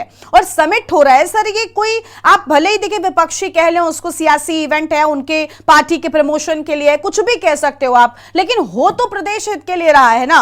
अगर कोई निवेश आएगा तो प्रदेश में ही तो स्थापित होगा, प्रदेश के युवाओं को जो बेरोजगार है उनको रोजगार मिलेगा, तो ऐसे में थोड़ा सा सब्र क्या संभव नहीं था? और आपने खुद कहा, आपने जिस शब्द का इस्तेमाल किया कि ये राजनीति के लिए परफेक्ट टाइम है, तो या तो इस कदम को आप राजनीति करार दे दीजिए। इसलिए मैं बोलूं जी। हाँ, मैं आ रही हूँ आपके पास। कांग्रेस एक राजनीतिक दल है, भाजपा एक राजनीतिक दल है, उसे राजनीति क्यों नहीं करना चाहिए? ठीक है, वो राजनीति के लिए ही राजनीतिक पार्टी है, ये सवाल आप क्यों करती हैं? ठीक है, जब राजनीतिक दल है तो वो राजनीति करेगा, उसे 24 घंटे राजनीति करनी चाहिए। मोदी जी 24 घंटे राजनीति करते हैं, 1 घंटा भी कम राजनीति उनका कम नहीं होता है। तो जब वो 24 घंटे राजनीति करते हैं तो विपक्ष को 24 घंटे राजनीति क्यों नहीं करनी चाहिए? ठीक है, उमा जी कुछ कह रही, मैं उनको सुन लूं उसके बाद। ठीक है, लखपत जी के पास उसके बाद आते हैं। जिस तरीके से बीजेपी के मीडिया, बीजेपी ने पूरे मीडिया को और सोशल मीडिया पर अपना परचम लहरा रखा है। अभी हमने 4 चुनाव में देखा, टीवी खोलो तो मोदी जी, मोबाइल खोलो तो मोदी जी, अखबार खोलो तो मोदी जी, हर जगह बहुत पैसा है आप लोगों के पास, बीजेपी वालों के पास वाकई में बहुत पैसा है। देश को जिस तरीके से इन्होंने लूटा हुआ है, अडानी और अंबानी जी की तिजोरी में पूरे देश को बेच रखा है, उनके पास बहुत पैसा है। भगवान इनके पैसों को नजर ना लगाए, कमाते रहिए। बन चुका था, आप बोलिए, कृषि बिल आने से पहले वेयर हाउस अडानी का बन चुका था। बिल्कुल, कृषि बिल आने से पहले सोनीपत में, हम लोग हरियाणा से जुड़े हुए हैं, सोनीपत में अडानी जी और अंबानी जी के बड़े बड़े वेयर हाउस बन चुके थे कि जहां पर हम किसानों से सस्ते में अनाज खरीदेंगे, उन वेयर हाउसेस में बंद करेंगे।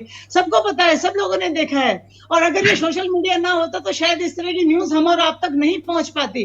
अगर आज ऐसे में जब इन्वेस्टर समिट है और प्रमुख विपक्षी पार्टी कांग्रेस अगर धरने पर बैठी है तो मैं समझती हूँ बिल्कुल सही बैठी है और बिल्कुल सही टाइम पर बैठी है। कम से कम आज इस विषय पर हम लोग डिबेट तो कर रहे हैं, कम से कम आज मीडिया ने इस पर ध्यान तो दिया कि कोई बैठा है। अदरवाइज अगर इस समय हम लोग नहीं बैठे होते तो मीडिया को ध्यान भी नहीं आता कि कौन कहाँ पर बैठा है और कौन किस मुद्दे पर बैठकर सरकार का ध्यान आकर्षित करने की कोशिश कर रहा है। देखिए, हम लोग विपक्षी पार्टी हैं और हम लोग अगर जनता के मुद्दों पर सरकार का ध्यान आकृष्ट करने की कोशिश नहीं करेंगे, मीडिया का ध्यान आकर्षित नहीं करेंगे, जनता का ध्यान आकर्षित नहीं करेंगे तो लोकतंत्र खतरे में आएगा। मैंने पहले भी बोला, ठीक है, देखिए राजनीति में आपने ठीक कहा, भी इस देश के लिए बहुत ज्यादा जरूरी है और वो अगर कांग्रेस पार्टी विपक्षी भूमिका निभाती है तो हम उनके साथ हैं। ठीक है, लखपत जी कुछ कह रहे हैं। हाँ लखपत जी बताइए। देखिए, जिन चीजों को लेके मैं बातें कर रहा था, हमारे मित्र ने जी ने बहुत अच्छी बातें कही। मैं 2-3 चीजें आपसे क्लियर करने देता। आप बहुत नौजवान और एंकर हैं, बहुत सुलझे हुए हैं, लेकिन जिस तरह की आप बातें कह रहे हैं या भाजपा वाले कह रहे हैं कि वो नौटंकी करते हैं, वो ड्रामा करते हैं। नहीं सर, ये मैंने नहीं कहा, मैंने कोट किया है। आप ध्यान, मैं फिर आपको रोकूंगी। मैंने नहीं कहा, ये मैंने कोट किया है सर। नहीं, आपने तो ये कहा ना कि वो टाइमिंग को लेके आप जो बातें कह रहे हैं उस पर आपने कहा। हाँ। लेकिन भाजपा नौटंकी शब्द आपके विरोधियों का है सर। हाँ। आपका नहीं, सुन लीजिए। हाँ। लेकिन आप प्रवक्ता नहीं ना भाजपा की। बिल्कुल आप टाइमिंग करेंगे, आपको ये कहने का भी अधिकार नहीं कि कौन सा टाइमिंग होना चाहिए। हरीश रावत टाइमिंग आप सर, मुझे सवाल पूछने का अधिकार है या नहीं है, या आप ही सवाल बताएंगे मुझे? मैं पूछ रहा हूँ सवाल। आप बेहतर होता ये पूछते कि इनसे ये पूछते कि 2018 में यही मोदी जी आए थे या अडानी अंबानी जी आए थे, उन्होंने 1,40,000 करोड़ के एमओयू साइन किए थे, वो राजीव गांधी स्टेडियम में कराए थे। ये पूछा जाए इनसे कि 1 रुपया कहाँ पे लगा, किसको रोजगार मिला? अभी उसका जवाब देंगे, लेकिन अब आप ही मुझे सवाल बताने लग जाएंगे कि मुझे आपसे कौन सा सवाल पूछना है या मुझे नवीन जी से कौन सा सवाल पूछना है, तो फिर आप ही बैठिए डिबेट में। आपको ये इन्वेस्टमेंट समिट की इतनी चिंता है, मैं ये पूछना चाह रहा हूँ सवाल। आज आप देहरादून में घूमोगे, इस उत्तराखंड की जनमानस के खून पसीना का पैसा जिस तरह से बहाया जा रहा है, लोगों को डबल ट्रिपल रेट में ठेकेदारी को टेंडर दे के रात दिन पुताई कराने का काम किया जा रहा है, जो पानी की तरफ पैसा बहाया जा रहा है, उसका लाभ होगा नहीं होगा? 18 में यही हुआ था। ये तो इनसे पूछा। हरीश रावत जी तो जनमानस और किसानों के मुद्दे को लेके बैठे। 23 सितंबर को उन्होंने राज्यपाल भवन का घेराव किया। तब तो कोई चुनाव नहीं था, तब तो किसी तरह की कोई वो नहीं हो रही थी। लेकिन एक चीज बताएं, जब पीड़ाएं हो, आज किसान गन्ना बिक रहा है, गन्ने की खरीद पिड़ाई शुरू हो चुकी है, लोगों को उसका भुगतान नहीं मिल रहा है, लोग परेशान हो रखे हैं, लोगों को सुविधाएं नहीं मिल। हरिद्वार के अंदर खेत फसलें बर्बाद हो गई। आप जानते उत्तराखंड में इस समय सबसे ज्यादा जल प्रलय हुआ और हरिद्वार में और ये उत्तराखंड में बहुत ज्यादा फसलें बर्बाद हुई। उन किसानों को मुआवजा नहीं मिला, जिनके खेत कट गई, जिनकी फसलें बर्बाद होगी, जिन लोगों के आजीविका साधन खत्म हो गए हैं, उनकी पीड़ा को लेकर के यदि नहीं कहेंगे, हरीश रावत बनना आसान, हरीश रावत सदियों में पैदा होता है, अनुभव हो सकता है, लोग चुनाव जीत सकते, पदों पे जा सकते, ये अलग बात है। और जहां तक ये बातें कह रहे, मैंने इसलिए अपने मित्र को भी कहा, भाजपा के प्रवक्ता को भी कहा, हरीश रावत जी में ये लालसा होती सत्ता की ना, तो सत्ता से बाहर ही नहीं होती। वो कहीं टापे मार के कहाँ चले जाते। लेकिन वो विषम परिस्थितियों में उन्होंने एक विचारधारा को, गांधीवादी विचारधारा को उन्होंने छोड़ा नहीं। इस गांधीवादी विचारधारा को लेकर देश बनाया और इसको लेकर के उन्होंने कभी छोड़ा नहीं। सत्ता के लालच में कभी नहीं रही। मैं ये जरूर कह सकता हूँ कि केवल आरोप लगाना और अभद्र भाषा का कहना, भाजपा का एक सलूका हो गया है। हरीश रावत जी को गाली दे दो, हरीश रावत जी को अशब्द कह दो, हरीश रावत जी को कोई बात कह तो कह देते कि उनको तो पूछना ही नहीं चाहे, उनका तो कोई वही नहीं। और बोलते कौन है? जो वार्ड मेंबर के चुनाव नहीं जीते। ठीक है लखपत जी, बस एक बात कहूंगी, ठीक है, आपने देखिए हरीश रावत के कद को लेकर कोई कुछ नहीं कह रहा है, मैं खुद व्यक्तिगत रूप से मानती हूँ। रखा जाए। और मैं एक चीज आपसे कह सकता हूँ कि हरीश रावत का अस्तित्व नहीं होता, आज आप डिबेट भी नहीं कर रही होती। सर पहले तो देखिए मैं आपसे यही कहूंगी कि आप डिबेट में शुरुआत से जुड़ा करिए। आपने, क्योंकि मैंने जो सवाल बीजेपी से किए थे वो आपने सुने नहीं, इसलिए आप आकर सीधा मुझ पर हमला बोल रहे हैं, जबकि ना तो वो वर्ड नौटंकी मेरा क्रिएटेड है और ना ही मैंने हरीश रावत को लेकर, मैं व्यक्तिगत रूप से उनसे मैंने मुलाकात की और मैं जानती हूँ हरीश रावत के राजनीतिक अस्तित्व को भी और मैं उन्हें व्यक्तिगत रूप से भी जानती हूँ। इसलिए मुझे ये मत बताइए, मैं जानती हूँ और यहां पर मौजूद हर शख्स इस बात को मानेगा कि वो राजनीतिक रूप से कब से एक्टिव है, लेकिन बात यहां पर उनके राजनीतिक जीवन को लेकर या उन पर व्यक्तिगत कोई टिप्पणी नहीं की थी। इवन भाजपा की ओर से भी, मैं अपना तो कह ही नहीं हूं, लेकिन भाजपा की ओर से भी ऐसी कोई टिप्पणी नहीं की गई थी। और आप क्योंकि चर्चा में शुरुआत से नहीं आए, आपने आधे वक्त के बाद में डिबेट ज्वाइन किया, इसलिए आपको नहीं पता था कि मैं बीजेपी से पहले ये सवाल कर चुकी हूं कि भाई क्या चल रहा है। और इसके पहले भी हमने इस समिट को लेकर न जाने कितनी डिबेट्स की, जिसमें हमने ये पूछा है कि आपने इसके पहले वाले समिट को लेकर तस्वीर क्लियर नहीं की। इसी के चलते विपक्षी जो है वो इस बार सवाल उठा रहे हैं। न जाने कितनी बार मैंने बीजेपी के प्रवक्ताओं से इस सवाल को पहले ही किया हुआ है, क्योंकि अगर कोई दूध का जला है तो वो छाछ फूक फूक कर पिएगा। इसके पहले भी समिट हुआ है और वहां पर तस्वीरें साफ नहीं थी, इसी के चलते आज विपक्षी में से आप सब लोग सवाल कर रहे हैं। नवीन जी अब बताइए सर। जी देखिए, बुटोला जी का तो हमने देखा कि इंटरवल के बाद ज्वाइन किया और ऐसा लगा जैसे क्लास में कोई बच्चा आधे उसमें आता है और सीधे टीचर से सवाल पूछता है होमवर्क पूछे जाने पर। अरे सर, ये दोनों ही दलों का हो गया, ये दोनों ही दलों का है, इसमें कुछ नया नहीं है। ठीक है, जब जिसके मन की बात बोलिए उस दिन आप ठीक है। गरिमा जी हो गए, इतना ही काफी है। उनको वो समझ नहीं पाए थे, लेकिन गलती यहाँ पर आपकी नहीं है। और मैंने भी कोई अभी अपशब्द कांग्रेस के लिए यूज नहीं किया और उनके लिए भी यूज नहीं किया, हरीश रावत जी के। लेकिन लालसा तो उनके मन में है, मुख्यमंत्री बनने की कसक तो है, ये तो हमें कहना पड़ेगा। इसमें हमें कहने में कोई गुरेज नहीं है। अगर उनको नहीं होता तो दूसरे प्रकार से राजनीति करते हैं। आज अगर हरीश रावत जी बोलते हैं मुझे कोई पद नहीं चाहिए, इस पर भी आपको सवाल नहीं उठाना चाहिए सर। इस पर आपको सवाल थोड़ी ना उठाना चाहिए कि उनमें लालसा है कि नहीं है। वो कई बार मुख्यमंत्री रहे हैं प्रदेश में और वो वरिष्ठ नेता है। ये पार्टी का उनका इंटरनल मैटर है, ये उनकी पार्टी का इंटरनल मैटर है। तो ये कहा कि 80 के दशक में पहुंच गए हैं, अभी भी लालसा रहती है व्यक्ति के। वो भी मान रहे हैं, बुटोला जी भी कह रहे हैं उनमें लालसा नहीं है। इसलिए मैं बोल रहा हूँ कि लालसा है उनमें। मैं कह रहा हूँ, मैं आरोप लगा रहा हूँ उनमें लालसा है, इसलिए राजनीति कर रहे हैं। या तो हरीश रावत जी बोलते नहीं मेरे में लालसा नहीं है और मैं किसी पद पर नहीं करूंगा, तो बात खत्म है। लेकिन यहाँ मैं विभिन्न, आज सुभाष झा जी का भी मैं देख रहा था हिसाब किताब। मुझे लग रहा था कि जैसे बुटोला जी ने लेट एंट्री की तो उनकी भरपाई सुभाष झा जी कर रहे थे। लेकिन सवाल यह है कि मैं झा साहब को बताना चाहता हूँ, ठीक है आरोप, आप बहुत अच्छे विश्लेषक हैं, आपसे जब भी मैं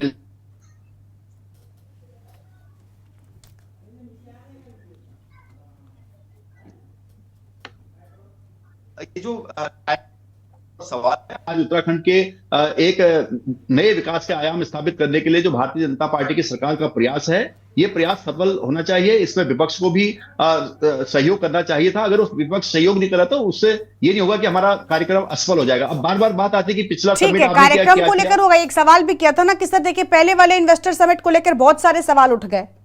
मैं उसी का जवाब दे रहा हूँ कि पिछला वाला समिट आशा अनुरूप सफल नहीं हुआ था, लेकिन फिर भी विधानसभा में हमारी सरकार ने चलिए स्वीकार किया कम से कम आपने। जी 975 उससे छोटे बड़े लघु उद्योग लगाए गए थे। 975 लघु उद्योग लगाए, 22,000 लोगों को नौकरी दी गई। ये विधानसभा में सरकार ने बताया है और वहां पर सारे पेपर से आप चाहें तो आरटीआई से मंगवा सकते हैं। और बार बार ये कि कुछ नहीं हुआ, उससे मैं खुद मान रहा हूं कि उतना आशा के अनुरूप ये सफल नहीं हो पाया जितना होना चाहिए था। लेकिन हमने फिर भी जो प्रयास किया, प्रयास फलीभूत हुआ। और सेकंड टाइम का जो ग्लोबल इन्वेस्टर समिट है, ये नए विकास के स्थापित करेगा, ये मैं कहना चाह रहा हूँ। ठीक है, सुभाष जी कुछ कह रहे हैं। सुभाष जी, मैं ये कह रहा था कि आप 2018 की बात कर रहे हैं। 2018 में तो वो भी आलोचना ही कर रहे थे बैठ करके भाजपा का। हाँ मैं बिल्कुल मानता हूं, लेकिन मेरी बुद्धि में सुधार हुआ। जब मैंने पढ़ा, मैंने पूरा पढ़ा, अध्ययन किया, तो मुझे ये लगा कि प्रवक्ताओं के लिए ये स्थिति बड़ी विकट हो जाती है। बिल्कुल नहीं, मेरे लिए बहुत सहज है। कोई मानता है कि मैंने दल बदला, मैंने माना है कि कोई ज्यादा अंतर नहीं। गरिमा जी, प्रवक्ता और अधिवक्ता, और प्रवक्ताओं ने इस समय बीजेपी का दामन पकड़ लिया है, तो बीजेपी की तरफ से वो केस लड़ेंगे तो लड़ने अरे फिर वॉशिंग पाउडर तो वैसे भी बीजेपी के पास में है ही। वॉशिंग पाउडर तो वैसे भी बीजेपी के पास है। नहीं, बिल्कुल नहीं, मैं बता रहा हूँ। मैं जो बात बता रहा हूँ कि जिस उद्देश्य के साथ हमने राजनीति को ज्वाइन किया था, उस उद्देश्य की पूर्ति भारतीय जनता पार्टी में ज्यादा अच्छी है, क्योंकि देशभक्ति के लिए, राष्ट्रीय हित के लिए पार्टी ज्यादा अच्छी है। ठीक है, आएंगे। सुभाष जी कुछ कह रहे हैं। सुभाष जी, नवीन जी आज फंस गए। नवीन जी के सामने आज कुछ राह नजर नहीं आई। ठीक है, सुभाष जी को सुन लेते हैं, वो कुछ कह रहे थे। सुभाष जी, नहीं, मैंने कहा कि जो मेरा उद्देश्य था, मेरा राष्ट्रीय हित का जो उद्देश्य था, मेरा ठीक है सर। अब सुभाष जी को सुनते हैं, वो कुछ कह रहे हैं। लगभग जी आएंगे आपके पास एक साथ, सब लोग नहीं। सुभाष जी आप शुरू करिए, वरना सब बोलते रहेंगे। अब ज्यादा हूँ नहीं था। सुभाष जी आपकी आवाज नहीं आ रही है। सुभाष जी, कुछ कहने का मौका नहीं मिल रहा, कुछ बोल रहे। मैं तब भी था, अब अरे भी- लखपत जी और नवीन जी आपस में चर्चा मत करिए सर। नवीन जी, लेकिन जो- जो कोई नवीन जी, अपनी नवीन जी विचारधारा हो को गया, हट जाता है, हो गया। नवीन जी प्लीज करना पड़ता है। प्लीज सुबह, अब बहुत कम वक्त है, देखिए आप लोग ऐसे प्लीज समय खराब मत करिए। लखपत जी हो गया, लखपत जी हो गया, अभी उनको सुन लेने दीजिए, बोलिए सर। इंडिया अलायंस हो गया ना, आपका अलायंस हो चुका है। लखपत जी आपस में डिबेट नहीं करनी है ना। लखपत जी और बुटोला जी प्लीज शांत हो जाइए, म्यूट कर दीजिए इन दोनों को। सुभाष जी आप अपनी बात शुरू करिए। आपको नहीं आई वो बात अलग है। सुभाष जी आप शुरू करिए, आपकी आवाज एक तो नहीं आ रही है। ये मानव जात तो इनसे आपके घर वाले लखपत जी आपको समझ में नहीं आ रहा है। लखपत जी आपको समझ में नहीं आ रहा है। लखपत जी, अरे लखपत जी आप नवीन जी प्लीज आप जवाब मत दीजिए ना, ऐसे आपस में बात करने के लिए थोड़ी बैठे हुए हैं सर। बाकी मेहमान भी है ना कि आपस में डिबेट करनी है, आप लोग अपना करिएगा प्लीज। प्लीज अब चुप हो जाइए सुभाष जी प्लीज, आप लोग कम से कम ये क्या आपस में बातचीत कर रहे हैं। सुभाष जी आप शुरू करिए। गर्मा जी सवाल करिए। हाँ सुभाष जी, देखिए वही है ना कि स्थिति बहुत खतरनाक हो जाती है, देखा भी आपने। और पिछले वाले उसको कहें तो क्या कहें पिछले समिट को लेकर, लेकिन आप ही बता दीजिए बीजेपी की ओर से। मैं चाहती हूं कि आप बताइए इस बात को कि क्यों आखिर बीजेपी ने तस्वीर क्लियर नहीं की, और हर बार इस सवाल से बीजेपी बचती आई कि भाई 18 वाले में जो स्थिति हुई उसके लिए जवाब कुछ नहीं है। नवीन जी तो आज बीजेपी में आगे फिर भी जवाब नहीं दे पाए। नहीं देखिए नवीन जी, इसमें कहीं दो राय नहीं है कि बहुत सज्जन और अच्छे व्यक्ति हैं, ये मैं सार्वजनिक तौर पे कह रहा हूँ, ठीक है। एक अच्छे सुलझे हुए प्रवक्ता हैं। अब कभी कभी नौटंकी जैसे शब्द इनके जुबान पे आ जाते हैं, वो इनके संगत का असर है, चूंकि अब गलत। सुभाष जी मैंने अभी भी नौटंकी नहीं बोला, अगर आप पूरी वीडियो को देखेंगे मैंने नौटंकी शब्द का इस्तेमाल भी नहीं किया अभी। नहीं वो सिर्फ एक बार के लिए है भी नहीं ना, इसके पहले भी जब हरीश जी ने कई बार धरना दिया उस दौरान भी यही शब्द उठा था। बीजेपी के प्रवक्ताओं की ट्रेनिंग इस तरीके से होती है, उनको समझाया जाता है कि जब आप डिबेट में बैठे जिसकी तरह उससे तथ्य नहीं बदल जाते। जो तथ्य है वो है 2018 में टोटली फेल्योर रहा इन्वेस्टर समिट। उसको मानिए इन्वेस्टर समिट इसलिए नहीं हुआ था कि 200 लोगों की नौकरी लग जाएगी और थोड़े से ये हो जाएंगे, इसके लिए इतने तामझाम और खर्चे नहीं हुए थे। ठीक है, 22,000 लोगों की नौकरी लगी, सीन बदलेगी और इस बात को हमारे चलिए इंतजार बहुत कम करना है। देखिए सुभाष जी अब इंतजार बहुत कम करना है। गरिमा जी 22,000 लोगों की नौकरी लगी, 975 उद्योगों में पैसा लगा। लेकिन सर ये भी तो देखिए ना कि आपने उस इवेंट को करने में कितने हजार करोड़ खर्च किए थे, तो वो तो नुकसान में ही आ जाते हैं ना आप। नहीं नुकसान नहीं, लोगों का देखो इन्वेस्टर आता है वो पैसा वो लेके आता है, वही चीज है, बाद में इन्वेस्टर्स भी चले जाते हैं। सवाल तो इस बार के आपके समिट को लेकर भी उठ रहे हैं कि आपके प्रदेश में लैंड माफिया और जिस तरीके से सब हावी है, आपकी ब्यूरोक्रेसी के लोग कह रहे हैं, तो आखिर ये जो आपका प्लान है एग्जीक्यूट कैसे होगा, कैसे पूरा हो पाएगा। सवाल ऐसा नहीं कि इस बार के समिट को लेकर नहीं उठ रहे हैं, लेकिन हम इंतजार कर रहे हैं कि आखिर देख लेते हैं क्या तस्वीर निकलकर सामने आती है। मुख्यमंत्री जी विदेश भी गए, आपके देश में भी अलग अलग राज्यों से लाने की कोशिश हुई है। चलिए ठीक है, आप सबका बहुत बहुत शुक्रिया हमारे साथ जुड़ने के लिए, चर्चा में अपनी बात रखने के लिए। तो किसानों की मांग को लेकर हरीश रावत की हुंकार तो शुरू हो चुकी है, लेकिन अब इन्वेस्टर समिट से पहले किसानों की मांग को लेकर हरीश रावत जब धरने पर बैठे तो बीजेपी की ओर से बड़ा पलटवार किया गया और कहा गया कि आखिर ऐसे मौकों पर यह क्यों हो रहा है। दूसरी ओर यह भी कि किसानों की चिंता अचानक से हरीश रावत को कैसे सताने लग जाती है। हालांकि ऐसा नहीं है कि बीजेपी या कांग्रेस दोनों के ही सत्ता में रहने के दौरान किसानों की स्थिति बहुत ठीक रही हो। देवभूमि के दंगल में आज उतना ही। आप देखते रहिए के न्यूज़ इंडिया। नमस्कार।